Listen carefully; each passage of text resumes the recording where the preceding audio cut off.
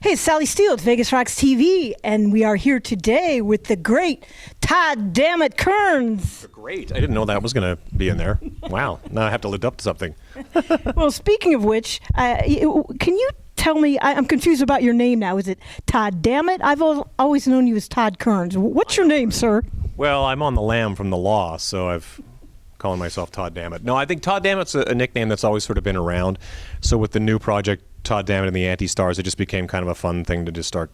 Let's just call this one Todd "Dammit" and the Anti-Stars, rather than Todd Kerns and the Anti-Stars, which feels like more like a solo project in a funny way. Like I do Todd Kerns shows, it's more of an acoustic thing, and this is the first full rock and roll band doing my solo material in a full electric kind of setting. So the Todd "Dammit" and the Anti-Stars has this sort of, I guess, a whole other thing to it, you know. So I think Todd "Dammit" seemed more appropriate for that. Todd Kerns is a little too laid back. Todd "Dammit," he's a whole other animal.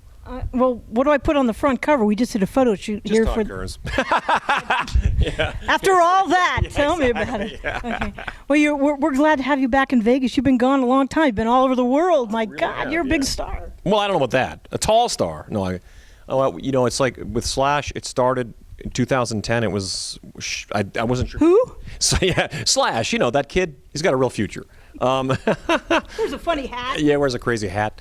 No, when I started with him, I wasn't sure if I was just gonna be 3 months of like flying out on weekends playing, you know, whatever, and then next thing I knew, it was like, here it's 6 years. It lasted a full 6 years, and we're still, you know, looking at next year to get back up and another record. So, like I say, life is a crazy thing, and I've been everywhere: India, Russia, Japan, Asia, Australia. I've been everywhere a million times with him, so it's nothing new to him. He's so like unaffected by the entire process. He just loves it. And for me, it's like everywhere we stop, I'm like, oh my gosh, we're somewhere new, you know. Mm-hmm. But you know, again, it's always good to be home, and it's really good to be back in Vegas.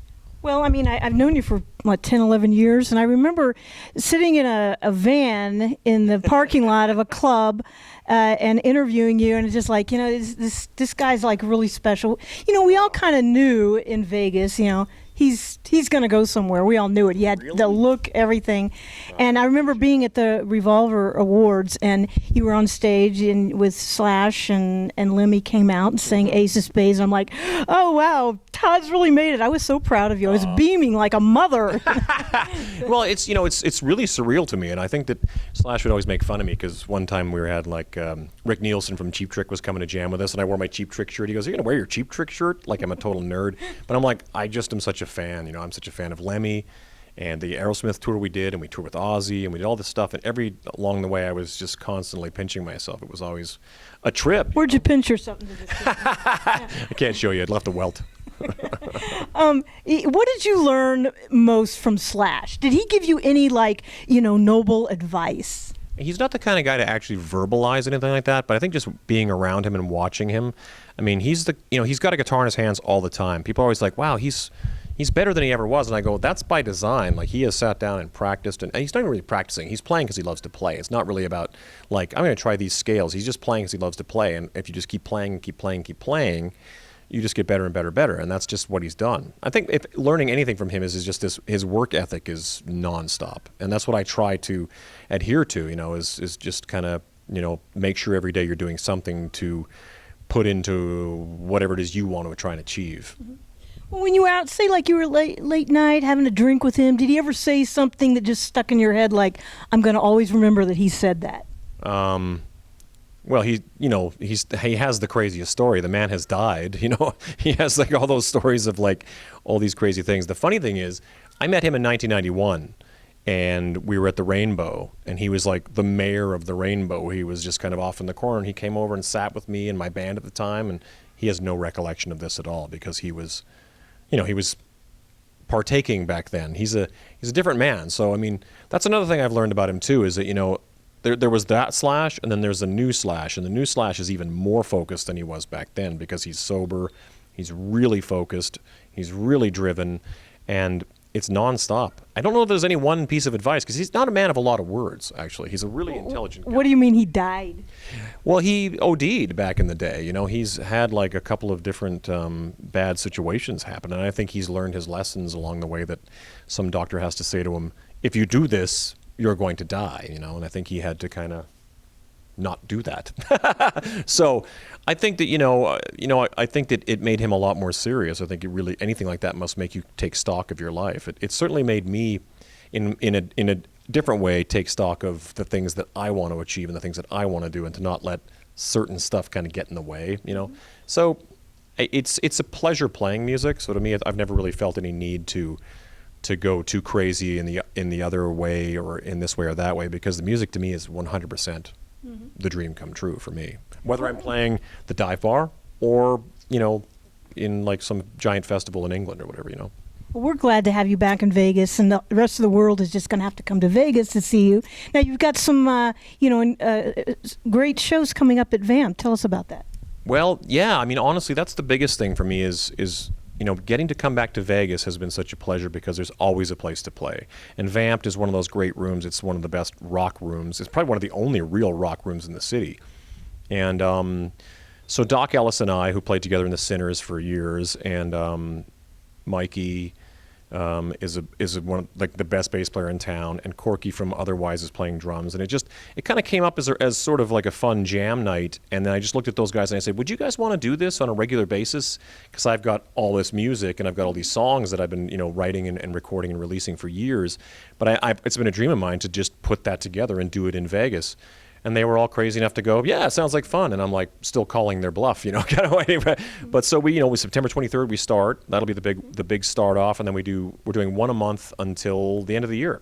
It's fascinating to me how quickly the year goes when you look at it in terms of, just one show a month. But I have a bunch of other things on the go too. I've reunited with my band from Canada we played last year for the first time in 17 years, and we've been doing stuff all year long. And it's bizarre, it's a really bizarre thing, because Slash and I had this conversation. He's doing Guns N' Roses for the first time in about the same amount of time, a little longer actually. And then he's like, and we just sort of compared notes, and just how surreal it is to be like back with these same faces all these years later. But for me to be back in Vegas, and I wanted to make sure we had something we could really, hang our hat on and do, and really take it. I'm not sure what 2017 with the Slash record and everything that'll present. We might find ourselves doing Anti-Stars, Todd Down and the Anti-Stars, in a lot more of a regular thing. So we're starting it once a month, and we're going to see what happens. At Vamped? At Vamped. Counts Vamped. Danny's place. Yeah, Mr. Coker. That's right. Well, that's great. And then you have something coming up. Your guitar is going to be put in the Hard Rock Cafe? Yeah, it's one of those bizarre things that... you live your life. Like I said before, I'm a big fan of music. I'm a big fan of rock and roll, and I see all these cool people. And I've been sitting in Hard Rocks my whole life, looking up at, hey, that's Sting's guitar, or whatever. And then one day someone asks you, hey, you want to put your guitar up at the Hard Rock? And you go, really, mine? You want to put mine up there? But I mean, our guitars have been around the world with the Conspirators a million times. They've been on DVDs. They've been in all kinds of presentations. And our friend Alice Goldstein has really been cool about getting the Hard Rock Cafe to.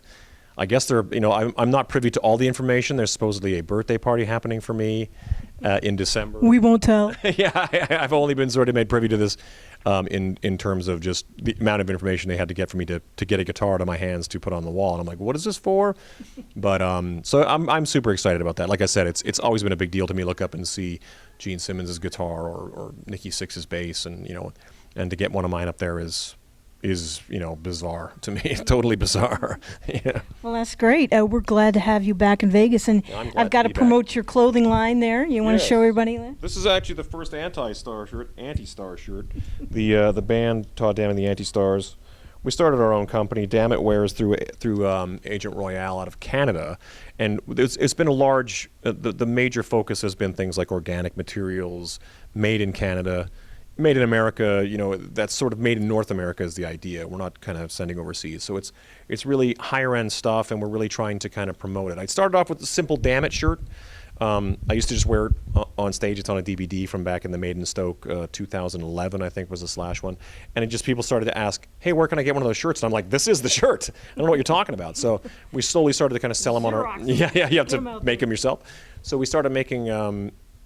selling it on the website, and it slowly kind of grew. And we partnered up with this great company called Agent Royale out of Toronto, actually, and they are the guys that took it to a whole nother level as far as the quality level and all that kind of stuff. So we've been really lucky to see it go from being like literally like just some guy's T-shirt to being like we're talking about putting it in like proper stores and stuff. So I want one. It's yeah, pretty. well, we'll sort you out. We'll sort you out. Last question. Tell me, Mr. Dammit Kerns, if there's something that your deep secret that you want everyone to know about you, what would that be?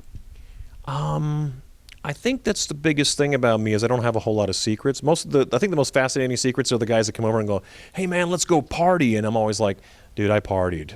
I have been out, and I'm kind of like in a different place now. A lot of people don't really know what a kind of nerd I am as far as science fiction and comic books and all that kind of stuff goes. I'm really kind of that way. Favorite comic book character? I think Batman's probably the obvious one for that. I mean, but I think for me, I think all that fantasy-oriented kind of stuff is as much a part of rock and roll for me because I can't help but put.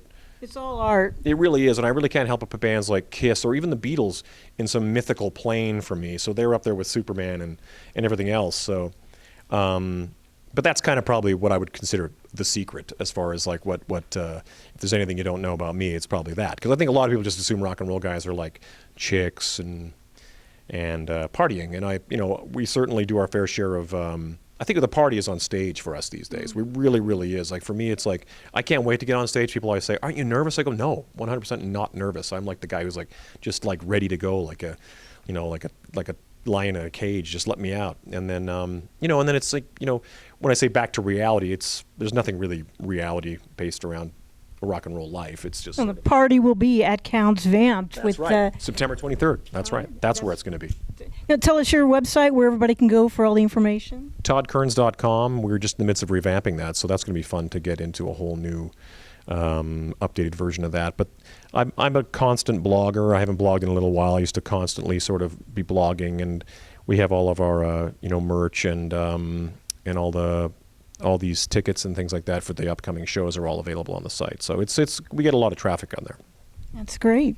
Todd Kerns, my hero. Oh, my Thank hero. you so much. Thank you, Miss Sally. All right, Todd Dammit Kerns for Vegas Rocks TV.